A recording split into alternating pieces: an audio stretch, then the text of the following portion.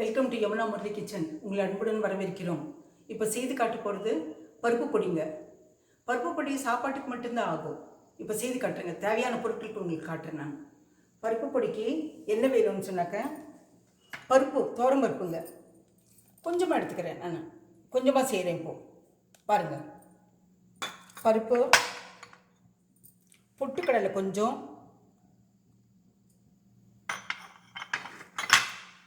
இது வந்து கொப்பரை துருவி வச்சுருக்கேன். நான் கொப்பரை போட்டுக்கலாங்க. தேங்காய் சட்னி செய்யறது, பருப்பு சட்னி செய்யறதுனா உடனே தேங்காய் போட்டுக்கலாம். இதுக்கு எடுத்து வைக்கிறதுனால கொப்பரை பொடி கொப்பரை துருவி வச்சுருக்கேன். பெரிய பெரிய பல், 3 பல் பூண்டு,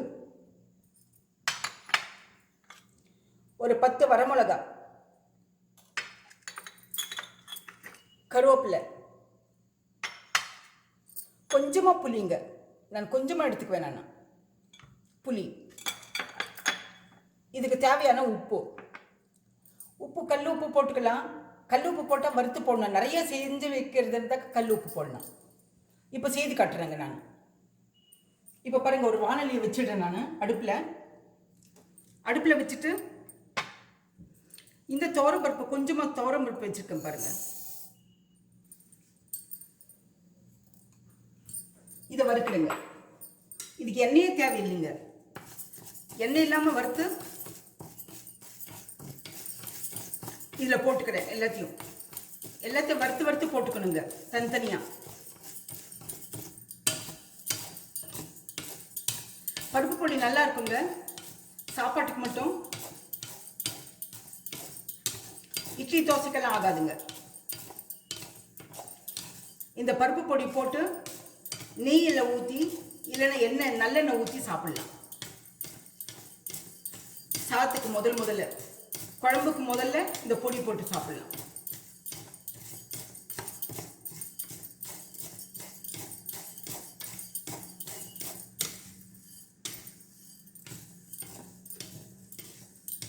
இது நல்லா வறுத்துக்கணுங்க. கொஞ்சம் சிகப்பாகிற வரைக்கும்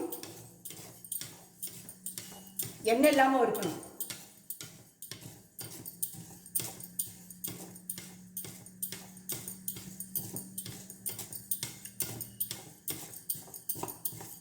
நான் இப்போ கொஞ்சமாக செஞ்சு காட்டணுங்க. நிறைய செய்கிறவங்க கல் உப்பு போட்டுக்கலாம். கல் உப்பு வறுத்து போட்டுக்கணும் கடைசியில்.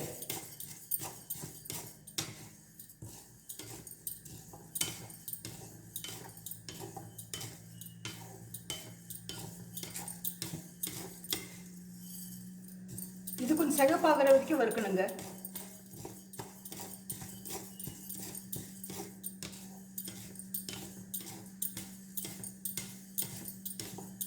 பாருங்க, நான் உங்களுக்கு காட்டுறேன். நான் வறுத்து காட்டுறேன்.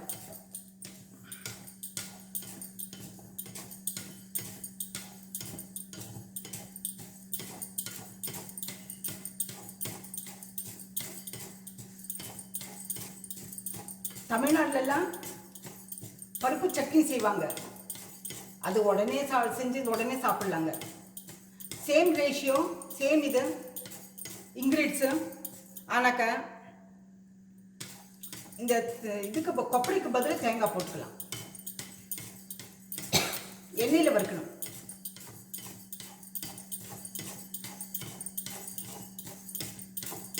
ஒரு நாள் உங்களுக்கு செஞ்சு காட்டுறேங்க. நான் பருப்பு சட்னி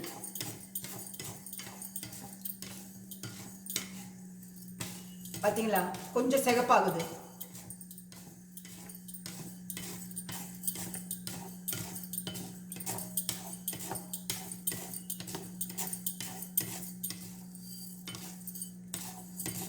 பாருங்க,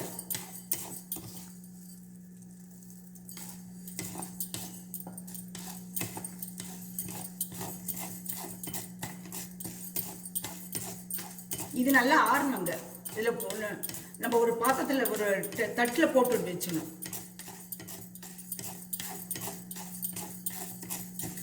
கடைசியில் இதெல்லாம் சேர்த்து மிக்சியில் போடணும் ஆறின பிறகு.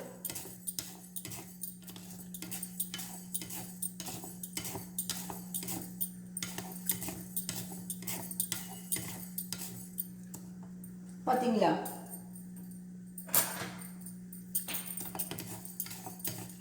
இந்த அளவுக்கு வறுத்துக்கிறோம். இப்போ ஸ்டவ் ஆஃப் பண்ணிடுறோம். ஸ்டவ் ஆஃப் பண்ணிவிட்டு தட்டில் ட்ரான்ஸ்ஃபர் பண்ணிடலாங்க.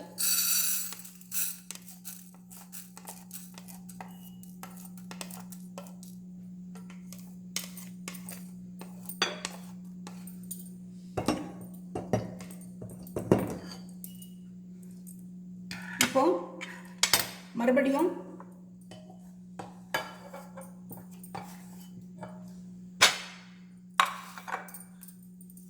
இது நல்லா ஆறணுங்க. வரமிளகா போட்டுக்கலாம். வரமிளகா வறுத்துணுங்க. ஸ்டவ் ஆன் பண்ணிக்கிறேன். வரமிளகா கொஞ்சம் வறுத்துக்கணும்.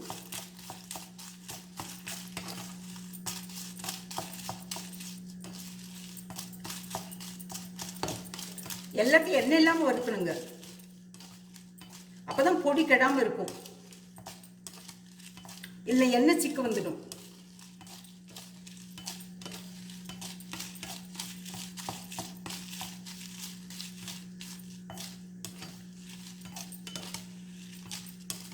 பாருங்க, இந்த மாதிரி கொஞ்சம் சிகப்பாகணும்.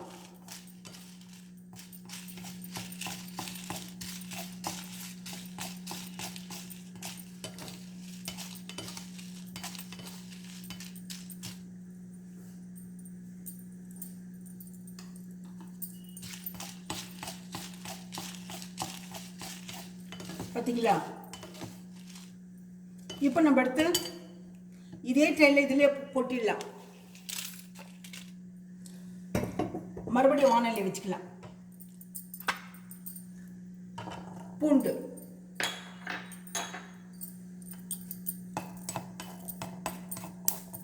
பூண்டு சும்மா இது கொஞ்சம் ரொம்ப வறுக்க முடியாதுங்க.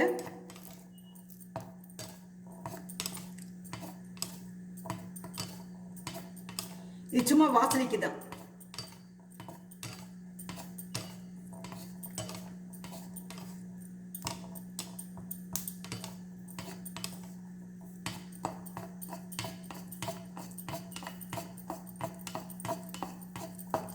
இது கொஞ்சம் சிகப்பான பிறகு இதையும் எடுத்து போட்டுக்கலாம். கொஞ்சம் வணங்கினுக்குங்க.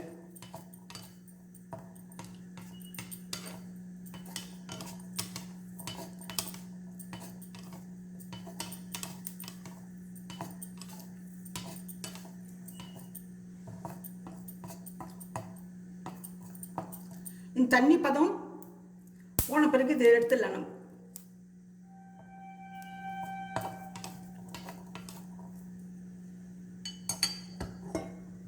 இதை ஒரு தட்டில் போட்டுக்கலாங்க. போட்டுட்டு இப்போ கருவேப்பிலை பாருங்க,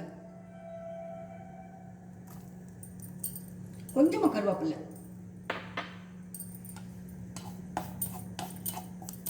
அதையும் வறுத்து இதில் போட்டுடலாம்.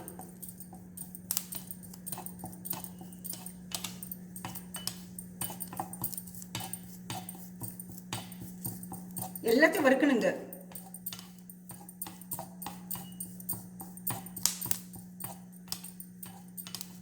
இது ரொம்ப நாளைக்கு கெடாதுங்க.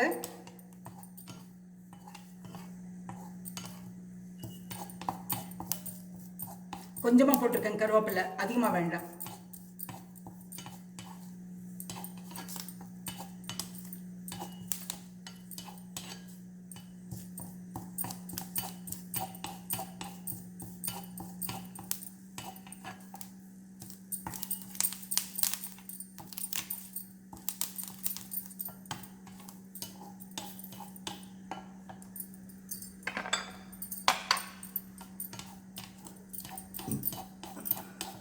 இதையும் எடுத்து போட்டுக்கலாங்க. அந்த பருப்புலையே நல்லா வறுத்துட்டேன் பாருங்க.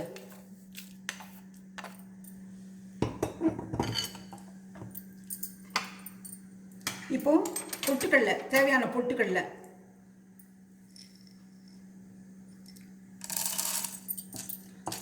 இது சூடு பண்ணி அதில் போட்டுக்கலாங்க.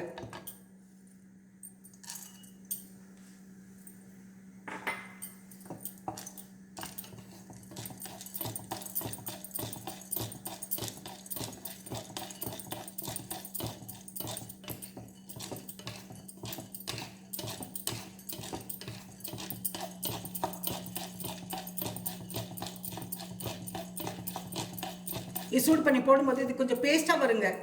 பொடி பண்ணும்போது இது கொஞ்சம் பேஸ்ட்டாக வரும். அதுக்காக இந்த பொட்டுக்கடலை போடுறது நல்லது, டேஸ்ட்டும் இருக்கும்.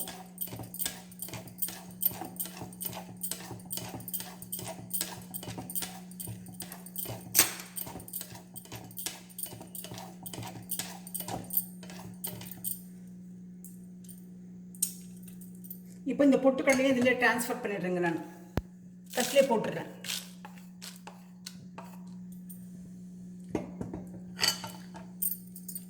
இப்போ கொப்பரைங்க. கொப்பரை ரொம்ப வணக்கி வைக்கக்கூடாதுங்க, சும்மா 1-2 வணக்கி வச்சுக்கோங்க.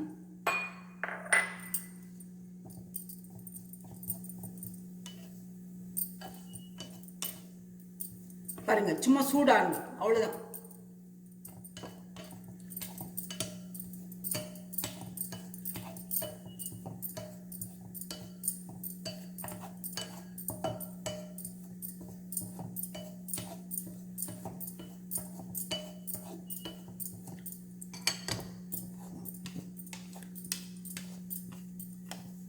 இதே அதிலே போட்டுக்கலாங்க. இது கொப்பரை எவ்வளோ சீக்கிரம் ஆயிடுது பார்த்தீங்களா?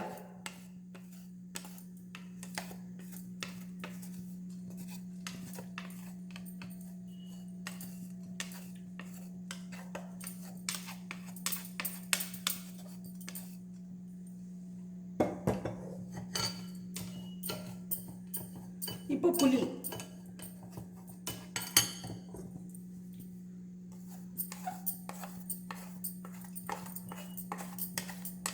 தீஞ்சு போனதெல்லாம் போடக்கூடாதுங்க, தீஞ்சு போச்சுன்னா விட்டுடுங்க.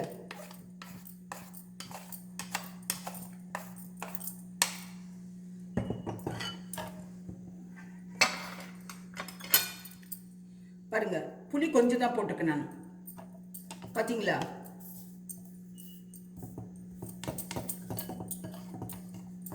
புளி கொஞ்சம்.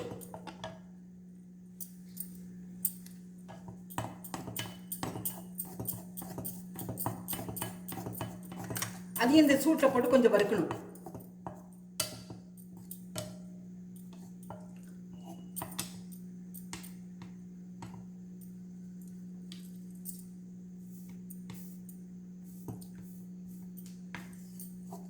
இதை வறுத்துட்டு இதையும் அதிலே போட்டுலாங்க.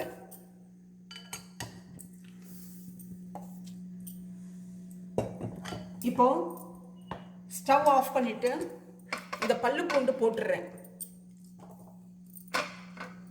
இந்த சூட் அது கொஞ்சம் பார்த்தீங்களா, சூட்டில் கொஞ்சம் இருந்ததுன்னா அந்த ஈரப்பதமெல்லாம் எடுத்துடும். இது ஆற வரைக்கும் இருந்துட்டு, இதை ஆற வரைக்கும் வச்சுட்டு தேவையான உப்பு போட்டு மிக்சியில் போட்டு எடுக்கணுங்க. இந்த பூண்டையும் இடத்துல போட்டுக்கணும், போட்டுட்டு மிக்சியில் போடணும். பாருங்கள், தேவையான உப்பு போடணும். அப்போது நீங்கள் கல் உப்பு போட்டால் கொஞ்சம் வறுக்கணும், இல்லை கொஞ்சமாக செஞ்சாக்கா பொடி உப்பை போடுங்க. பொடி உப்பு போட்டு செஞ்சு வச்சுட்டாக்கா ஒரு 2 நாளைக்கு வரும், 2-3 நாளைக்கு வரும், அவ்வளோதான். ஒரு மாத கணக்கில் வச்சுக்கிட்டு தான் கல் உப்பு போட்டு கொஞ்சம் வறுத்துக்கணும். இப்போ நான் இது ஆறின